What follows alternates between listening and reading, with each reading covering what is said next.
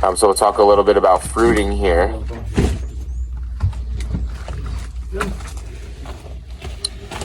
So this is a mushroom that grows here in the east coast of the United States. It's called Stropharia rugoso annulata. And this one grows in wood chips, which is really nice because wood chips are very abundant here. There's just trucks that go around all the time and cut down trees and shred them up into wood chips. And then you can ask for them for free and they'll dump them off. So I don't know what the wood chip access is like everywhere, but if you can access wood chips, it's a really great medium for growing mushrooms, and that's what we'll grow them on here in the U.S. So I've done a couple. Did somebody say something? I've done a couple projects where we use wood chips and old mushroom blocks to do some remediation as well. So you can use mushrooms to help clean water or help to filter water in different spaces. So we use this to filter water that was coming down this hill from a road where the water may have been contaminated coming off the road. So this is what it looks like when we get our wood chips. We'll get them dropped off by the trucks. There's a really nice website here in the U.S. called Chip Drop. That you can sign up and put your address and let the arborists know where they can drop off the wood chips. And then this is a different method of cultivating mushrooms that I don't use as much because I don't have access to trees directly, so I can't go cut down my own trees. But if I could, I would grow some trees specifically to grow mushrooms. So this is Quiet Creek Herb Farm. It's a farm that I used to work at and help out, teach classes. We show here that we usually use an electric drill, like a power drill, that's plugged in, because if you use the battery ones, they'll run out of battery very fast. And if you can get an angle grinder, that will work better than just a drill. Then you drill a bunch of holes in the log, and then you have these tools called thumb inoculators or palm inoculators that you get, and you can stuff it filled with mushroom spawn. And there's a button on the end that will shoot the spawn out of the tool, so you can get like a little pellet of your mushroom spawn.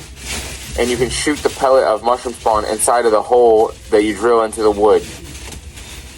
Once you do that, then you want to cover it up with beeswax or soy wax, or even if you dig a hole in the ground down into where there's clay, and you mix up some of the clay with water, you can smear the clay on the outside of the hole, and this will seal it up.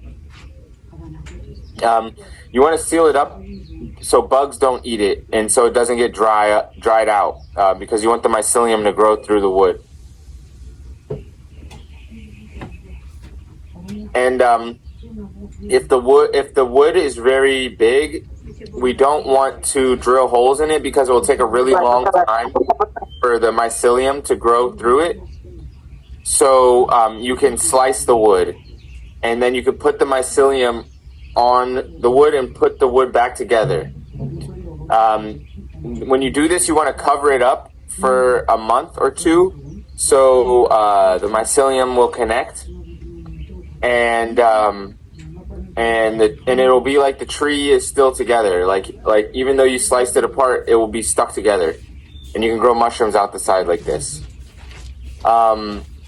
And whenever you grow mushrooms in wood, in logs, if they're touching each other and it's the same mushroom, all of the logs will produce mushrooms at the same time. So you can see here we have some shiitake growing. Outside they grow really nice and beautiful with short stems and big caps because there's a lot of fresh air outside. When they grow inside, they grow with really, really long caps, which I don't like that. This one is really fun because you can also clone mushrooms on paper. So I have some YouTube videos. My YouTube channel is mycology. Um,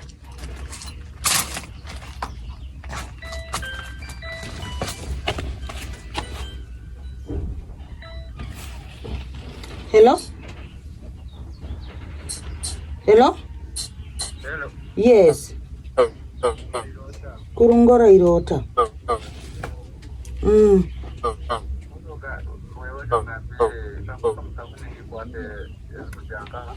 Kurugira nka. Tokuhika mtauni. Okurugira mukasingo.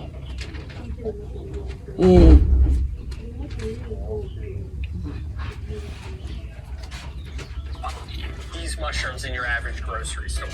These are pioppino. I got a lot of mycelium, and this works really good if you have logs that you were able to inoculate with mycelium.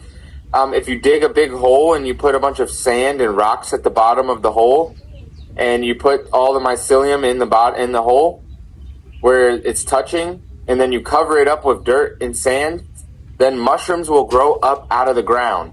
But you have to cover it up, so even with this, you have to cover it up with shade so it doesn't get too hot, and you have to make sure it stays wet. But then you can get a lot of mushrooms to grow up out of the ground. And then also we will do kind of like shade huts. This one was in the forest, so it was covered with trees, so it got more shade.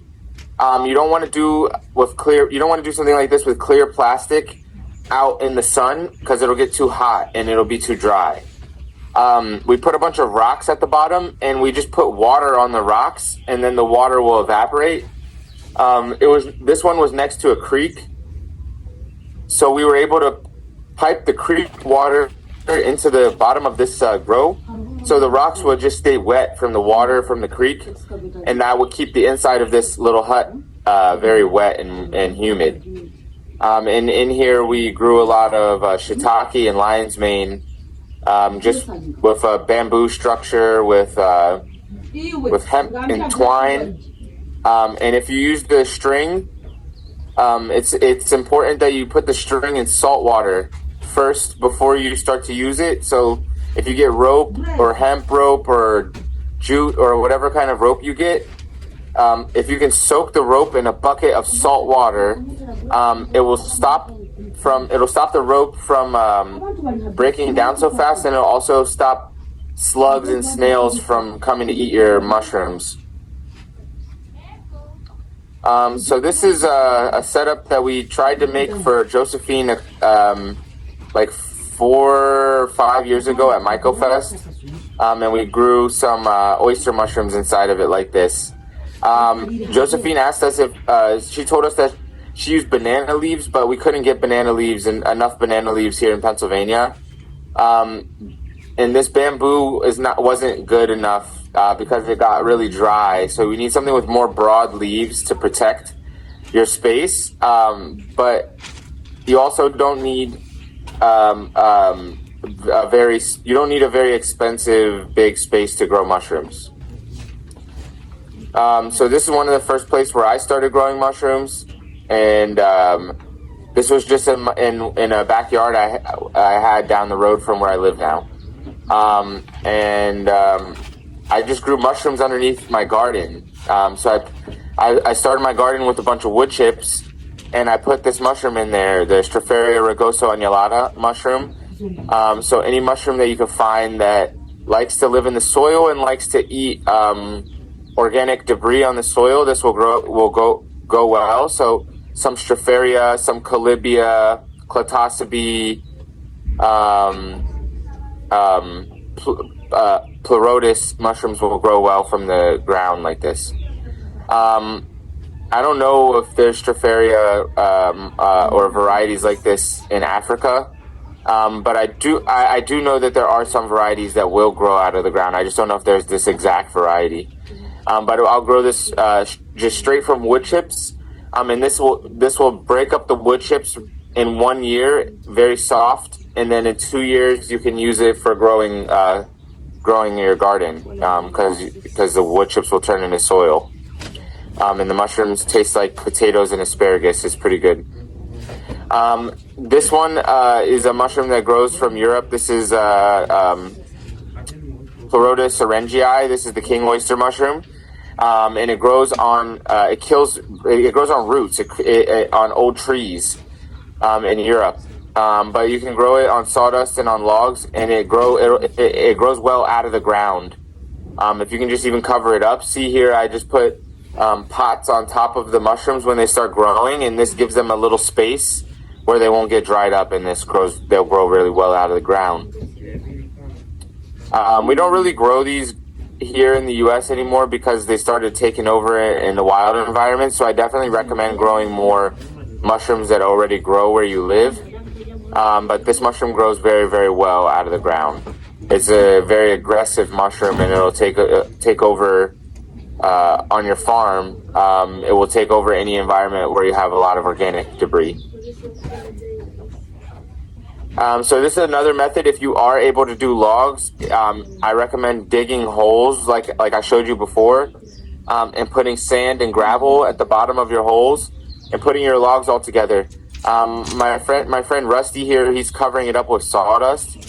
But when you cover it all up, then you can get the mushrooms to grow right out of the ground like this. And we have Foliota namico. This is a mushroom that's grown all around the world to be eaten, and it's really tasty. It has like a slime that grows on the top that people really like the texture for making soup. It makes your soup really thick. We have more of this king oyster mushroom here. And here we have reishi that's growing out of the ground, like I showed you, by putting the logs in a hole in the ground. So we'll talk a little bit about indoor mushroom cultivation. This one I have growing from coffee grounds in a cup.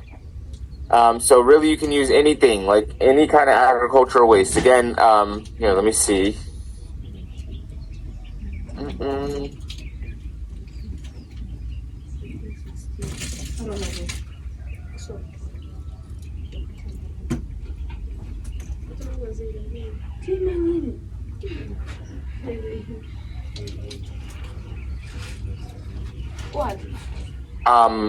But yeah, I just put that coffee grounds in a cup, and I just get the coffee grounds from the cafe, so I don't have to worry about sterilizing it or running a pressure cooker or anything like this, because the cafe puts hot water on the coffee grounds to make the coffee, and then it's ready to go. So it says that there's a lot of banana waste and coffee waste, coffee husk, pulp. We call it in Puerto Rico cascaras, the parchment that comes off the coffee ground or the coffee beans. That's good for growing mushrooms. The coffee husk can grow mushrooms. Banana fibers, banana leaves, banana stems can grow mushrooms. Corn stalks are good for growing mushrooms. Corn cobs are good for growing mushrooms. I actually worked at a farm in New York that they grow the corn, and then they take all the corn cobs and they shred them up into little pieces, and then they make polenta with the corn, and then they grow oyster mushrooms with the corn cobs, and they put the oyster mushrooms on the polenta.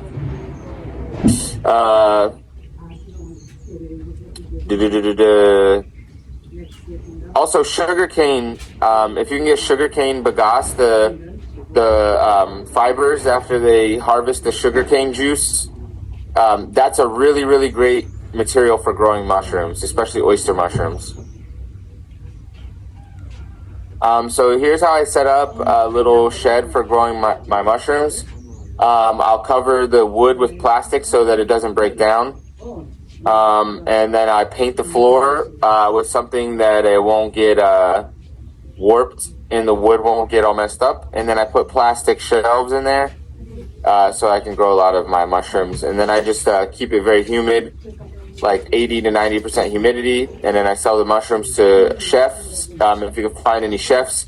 If you can find one of the things I recommend if you want to do this for business, if you're close enough somewhere that there's restaurants, is to first make sure that you can grow the same amount of mushrooms every single week. So maybe do that for a month or 2 months. So you know every week I have 40 pounds of mushrooms. Then go to a restaurant and let them try some of your mushrooms. And then get a contract with them that maybe make sure they put an item on their menu that has your mushrooms. And then every week they need your mushrooms, and then you can every week you know that you can give them your that same amount of mushrooms. Because with restaurants, they like it. They like when they can rely on you and they can always keep something in the menu. If you mess up, sometimes that can mess up your relationship. Like if 1 week you didn't have all those mushrooms, then that can mess up your relationship with the restaurant. So, but if you have that connection, that can be pay bills. That can be a big part of your business. So restaurants are really good.